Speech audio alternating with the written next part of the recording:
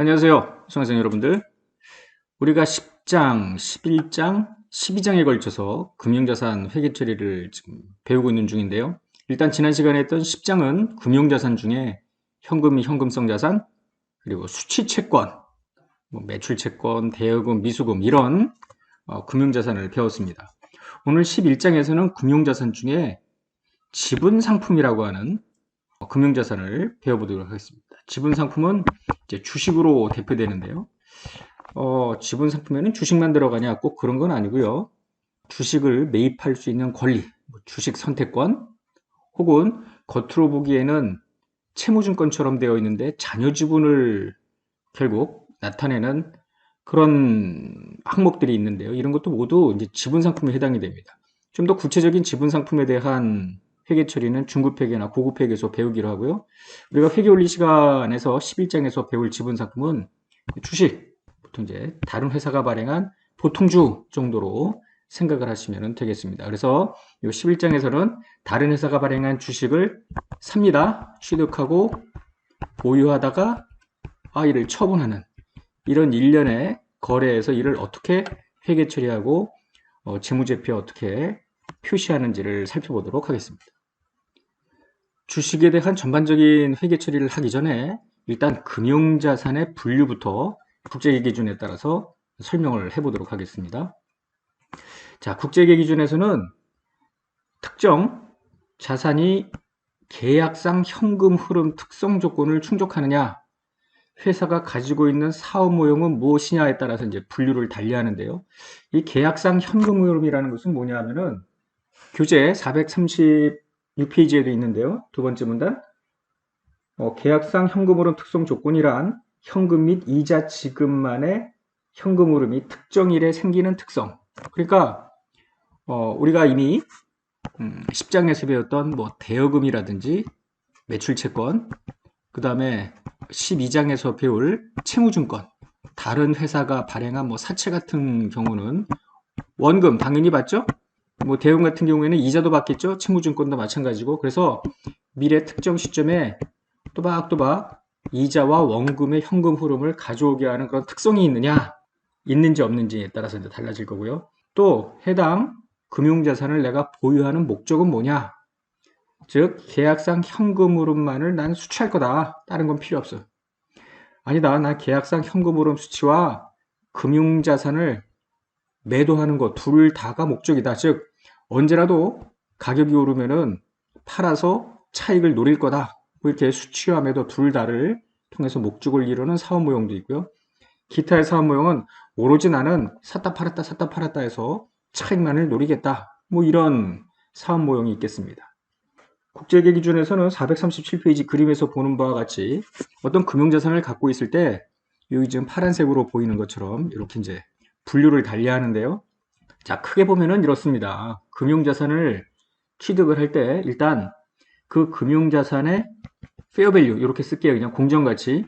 이 공정가치 변동을 궁극적으로 인식할 거냐, 인식하지 않을 거냐. 그냥 이미 우리가 이런 것들은 잠깐 앞서 배운 적이 있는데요.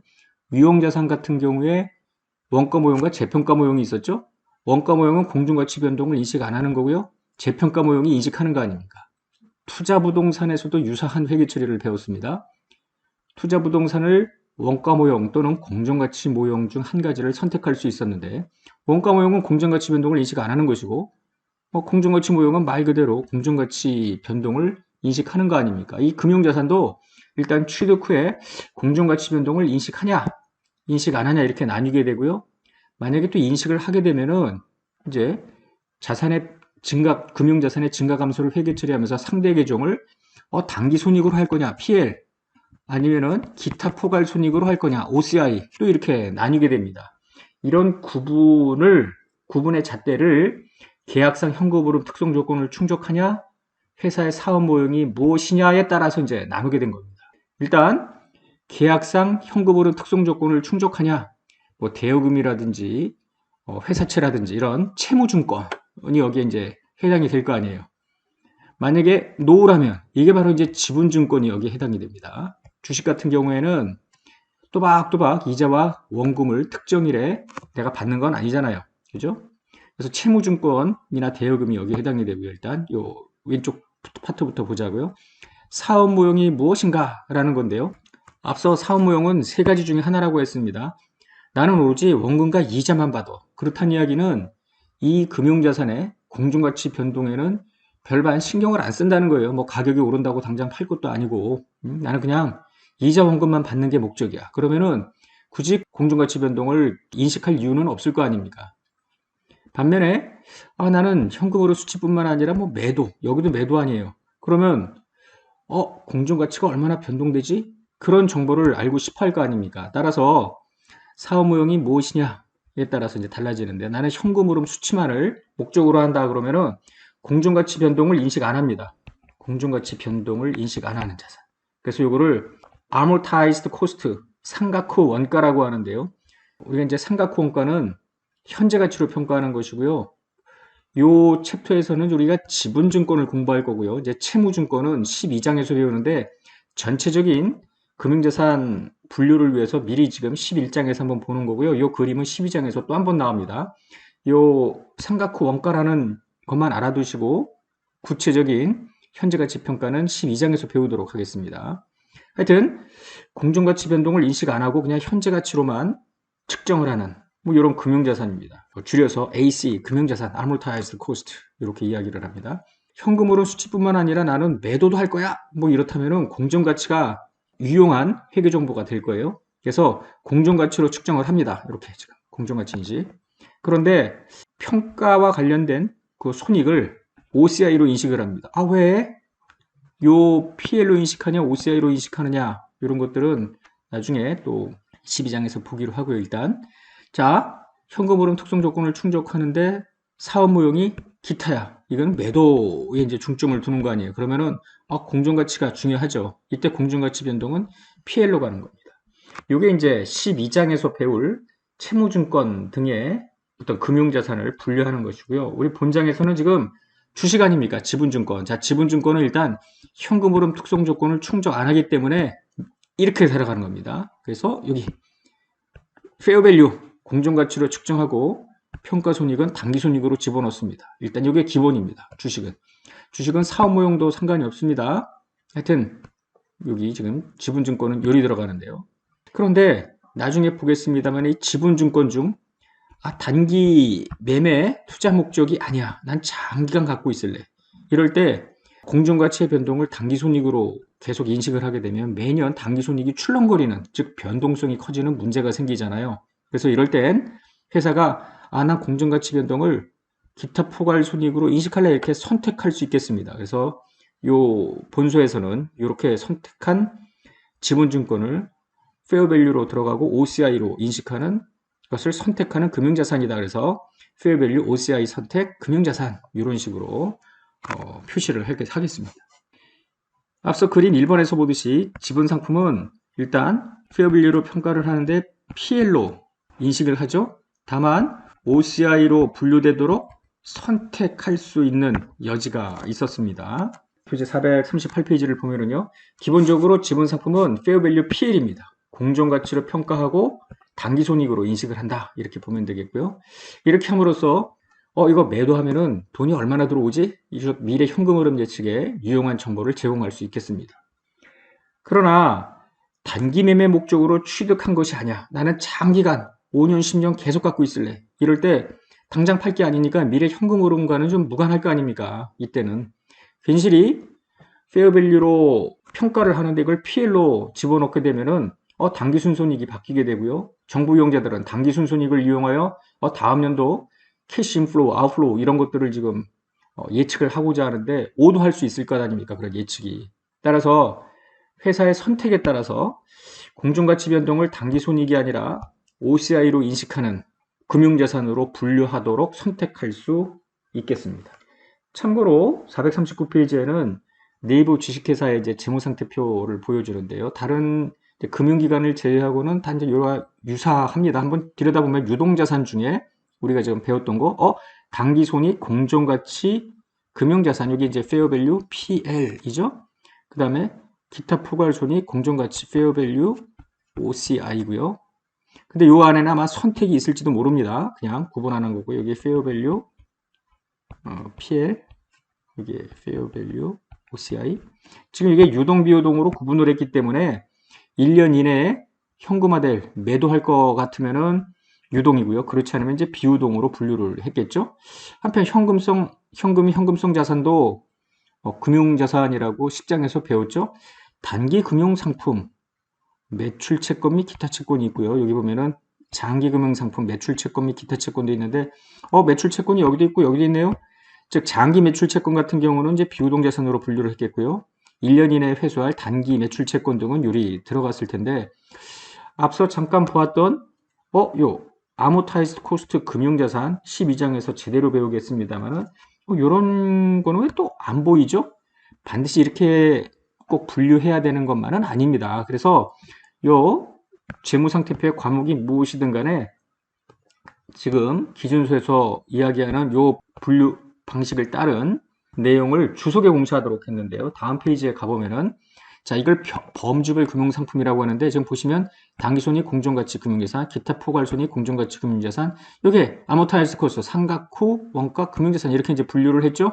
그래서 재무상태표의 당기손익 공정가치 금융자산, 기타 포괄손익 공정가치 금융자산은 요 분류 방식을 그대로 이제 개정 과목으로 이렇게 넣었고요.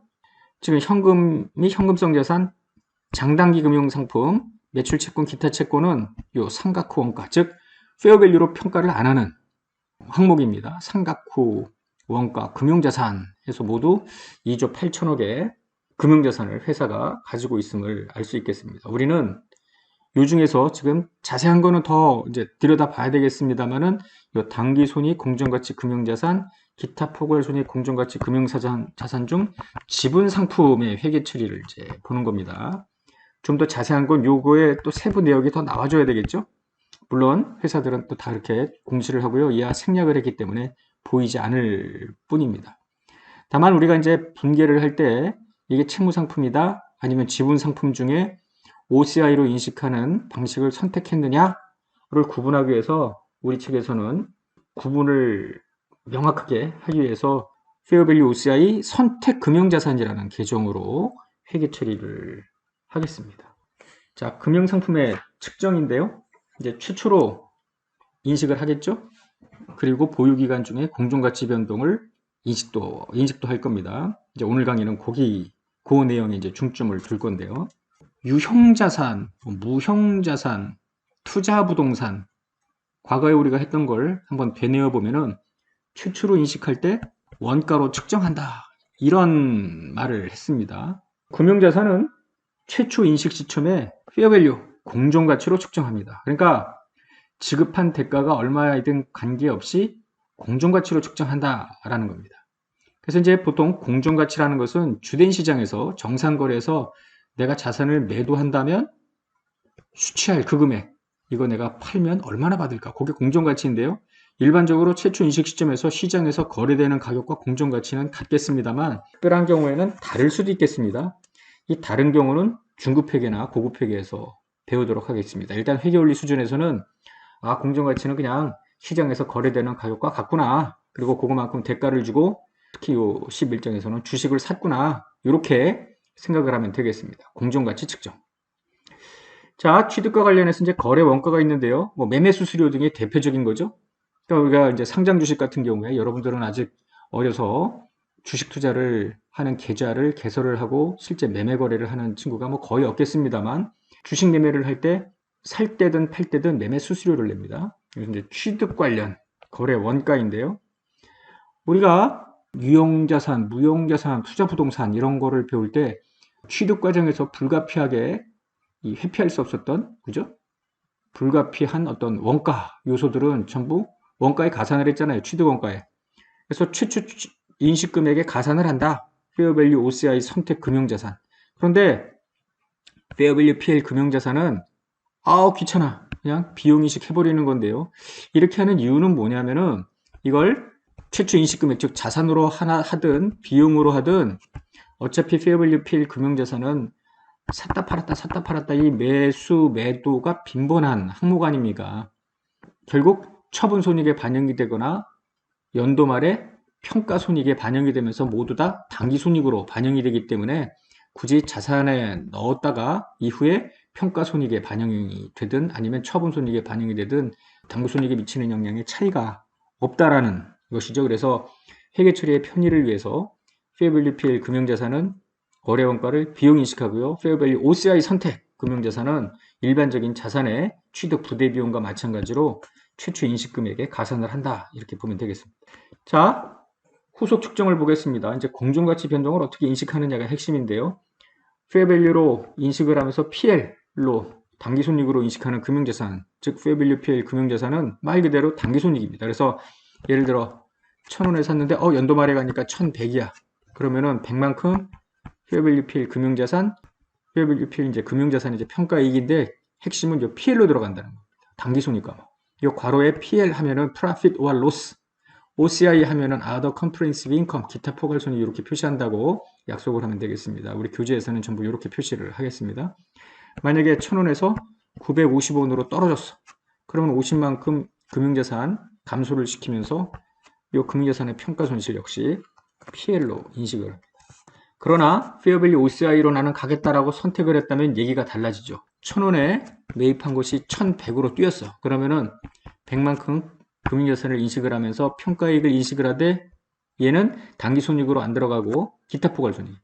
만약에 950으로 떨어졌으면은 페어밸류 OCI 선택 금융자산을 감소시키면서 50만큼 OCI로 들어갑니다.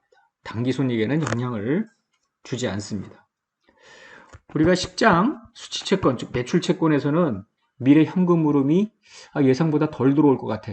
즉 거래처의 신용위험이 유의적으로 높아졌어요. 그래서 못 받을지도 모를 금액을 추정하여 손상차손을 인식했던 거 기억하시나요? 지분상품, 금융자산이기는 하지만은 지분상품에 대해서는 손상차손을 인식하지 않는다라는 점에 유의하시기 바랍니다. 왜냐하면 지분상품은 특정 시점에 특정 금액의 현금 유입이 있을 걸로 보이지는 않잖아요. 이걸 가지고 있다가 가격이 좀 떨어질 것 같으면 계속 쥐고 있을 것이고요.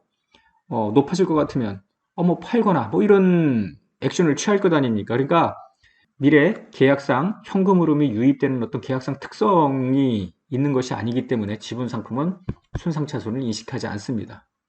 미리 이야기합니다만 12장에서 배울 채무증권은 손상차손을 인식합니다. 그거는 이자 원금이 또박또박 특정일에 들어올 특성을 갖고 있는 것 아닙니까? 그래서 지분상품은 손상차손을 인식하지 않는다. 이렇게 생각을 하시면 되겠습니다. 예제 1번 볼까요? 지분상품 회계 처리를 비교해 보는데요. 먼저 거래원가가 없는 경우를 살펴보겠습니다. 갑 회사는 A 회사의 주식을 1년도 중에 현금 10만 원을 지급하고 샀다는 거죠. 그리고 나서 2년도 말까지 A 회사 주식을 추가로 취득하거나 처분한 거래는 없다고 가정했고요. 계속 보유하고 있다는 거죠. A 회사 주식의 각 보고기간 말 공정가치를 보니까 처음에 10만 원 주고 샀는데 1년도 말엔 11만 원. 만 원 뛰었네요. 2년도 말에는 10만 원에서 9만 5천 원으로 15,000원 감소됐네요. 계속 보유는 하고 있다 했습니다. 자, 갑 회사가 A 회사의 주식을 단기 매매 목적으로 취득했을 때 물음 2번은 장기 투자 목적으로 취득하고 공정가치 변동을 OCI로 인식하는 회계 처리를 선택했을 때, 그러니까 1번이 Fair Value PL, 2번이 Fair Value OCI 선택. 이렇게 이제 분류를 했을 때 회계 처리를 취득과 연도말 평가 분계를 해보자라는 것이죠. 자, 먼저 취득일에 Fair Value PL로 갔을 때는 금융자산, Fair Value PL 금융자산 10만 원 이렇게 하면 되죠. 1년도 말에 갔어요. 만 원만큼 공정가치가 증가했죠? 그래서 금융자산 증가시키고 평가이익을 당기손익으로 집어넣습니다. 다음 연도에 갔더니 15,000원 빠졌네? 그죠? 11만 원이 9만 5천 원으로 9만 5천 원짜리로 바뀐 거 아니에요. 그래서 금융자산을 15,000원 감소시켰죠. 대변으로. 그리고 이제 평가손실 해서 역시 PL입니다. 그러나 이게 Fair Value OCI 선택이면 조금 달라지는데요. 자, Fair Value OCI 선택 금융자산 10만 원에 삽니다. 그리고 1년도 말이 되면 평가이익 해가지고 인식을 하는데 이게 OCI입니다. 일단. 근데 요 OCI 과목은 앞서 요 PL은 우리가 3장 오래전에 했네. 결산 과정에서 당기손익에 해당되는 수익과 비용은 퉁쳐서 결국은 이익 잉여금으로 대체가 되죠. 그러니까 매출원가, 판매비와 관리비뿐만 아니라 이런 평가이익, 평가손실도 모두 다 순액으로 이익여금으로 대체가 됩니다. 그러나 요 OCI 과목은 기타 포괄손익이고요. 그대로 다음 연도로 이월이 돼요. 기타 포괄손익 누계액 섹션에 포함이 돼서. 그러니까 얘는 자산부채처럼 살아있는 겁니다. 얘는 죽어버리는 거죠. 요 계정은. 이익여금으로 통합이 돼버리니까. 그게 차이점이에요. 그래서 이게 다음 연도로 2월이 돼서 시퍼렇게 이제 살아있게 되는데요. 자, 다음 연도 가서 2년도 말에 갔더니 15,000원만큼 금융자산을 지금 감액을 시켜야 될 거 아닙니까? 이때 15,000원 전체가 평가손실이 아니라 전년도에 인식했던 요 평가이익이 있으면은 얘를 먼저 감소시키는 거예요. 그러고도 초과액이 있으면은 금융자산 평가손실 OCI로 해서 들어가죠. 그러니까 전년도에 넘어왔던 10,000원은 여기서 다 죽어버리고요. 2년도 말 현재 요 평가손실 5천만 다음 연도로 또 2월이 되겠죠. 그래서 다음 연도에 만약에 이번에 이익이 났어. 그러면은 요 놈부터 먼저 상기하고 들어간다. 이렇게 보면 되겠습니다. 방금 끝냈던 요 예제의 경우에 이제 fair value PL 금융자산으로 분류한 경우하고 fair value OCI 선택 금융자산으로 분류한 경우 연도별 손익 효과를 한번 보면은요. 지금 1년도에는 10,000원만큼 공정가치가 증가했죠. 2년도에는 15,000원만큼 떨어졌어요. 그래서 총 포괄손익, 순자산의 증가 감소, fair value OCI 증가 감소는 뭐 어떤 걸로 분류하든 총 포괄손익은 같습니다. 그러나 fair value PL에서는 10,000원, 15,000원의 감소가 요 윗부분, 당기손익 부분이고요. fair value OCI는 요 기타 포괄손익 부분에 들어간다라는 점이 차이점입니다. 자, 예제 2번. 이번에는 거래원가가 있는 경우인데요. 갑회사는 A회사 주식을 현금 10만 원을 지급하고 취득을 했습니다. 앞서 예제 1번과 똑같습니다. 자, 이 자료들은 다만 여기에서는 지급한 현금 10만 원 속에 1,000원의 거래원가가 이미 들어가 있다라는 거예요. 그래서 단기 매매 목적, 장기 투자 목적인데 기타 포괄손익으로 인식하는 회계 처리를 선택한 경우로 나누어 보겠습니다. 자, 취득일에 현금 10만 원이 나갔는데 이 중에 10만 원 중에 1,000원은 당장 비용으로 처리하고요. 나머지 99,000원이 fair value PL 금융자산입니다. 1년도 말에 공정가치가 11만 원이죠. 11,000원만큼 99,000원에서 11만 원으로 늘어났죠. 그래서 11,000원이 평가이익입니다. 지금 보다시피 비용이 당기손익 1,000원, 평가이익 11,000원 합치면 플러스 만원이죠. 이렇게 하나 요거를 수수료 비용을 여기다가 가산해서 10만 원으로 했다면은 평가이익은 만원이 될 거 아니에요. 그러니까 어떻게 회계 처리하든 당기손익에 미치는 영향에는 차이는 없겠습니다. 한편 다음 연도에 갔더니 15,000원만큼 전년도 말 공정가치는 11만 원이잖아요. 2년도 말 95,000원이니까 15,000원만큼 평가손실을 또 당기손익으로 잡으면 되겠습니다. 그러나 페어밸류 OCI 선택 금융자산의 경우에는 앞서 예제 1번과 다르지 않습니다. 10만 원 속에 거래 원가가 있더라도 그냥 전체를 다 페어밸류 OCI 선택 금융자산으로 하고요. 1년도 말에 만 원만큼 늘어났어. 그럼 늘어난 것만큼 금융자산 증액시키면서 OCI를 잡습니다. 다음 연도에 갔더니 15,000원 감소가 됐어. 이럴 때 다 평가손실이 아니라 전년도에 인식했던 그리고 요 OCI는 2월이 된다고 그랬죠? 요 평가이익을 먼저 죽이고 나머지 금액이 5,000원입니다. 요게 이제 다음 연도로 2월이 되겠습니다. 자, 그래서 지금 했던 내용을 한번 예제 1번처럼 정리를 해보면 fair value PL 금융자산, 순자산에 미친 영향 총포괄손익은 1년도에 플러스만 2년도에 마이너스 15,000.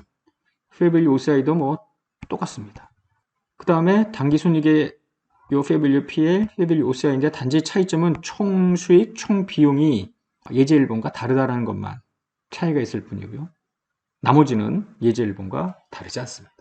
자, 오늘 11장 금융자산 지분상품의 첫 번째 시간에서는 일단 기본적으로 금융자산이 어떻게 분류가 되는지 먼저 그림 1번을 통해서 살펴봤죠. 그 중에서 우리는 좀 더 회계 처리가 쉬운 지분 상품을 먼저 보기로 했고요. 약간 이제 회계 처리가 복잡한 12장은 이제 이걸 끝나고 나서 다음 장에서 우리가 배우게 됩니다. 채무 상품 등. 지분 상품은 공정가치로 최초 인식을 한 후 공정가치 변동을 인식을 하되 공정가치 평가손익을 PL로 인식하느냐 OCI로 인식하느냐 이 두 가지로 나뉜다고 했습니다.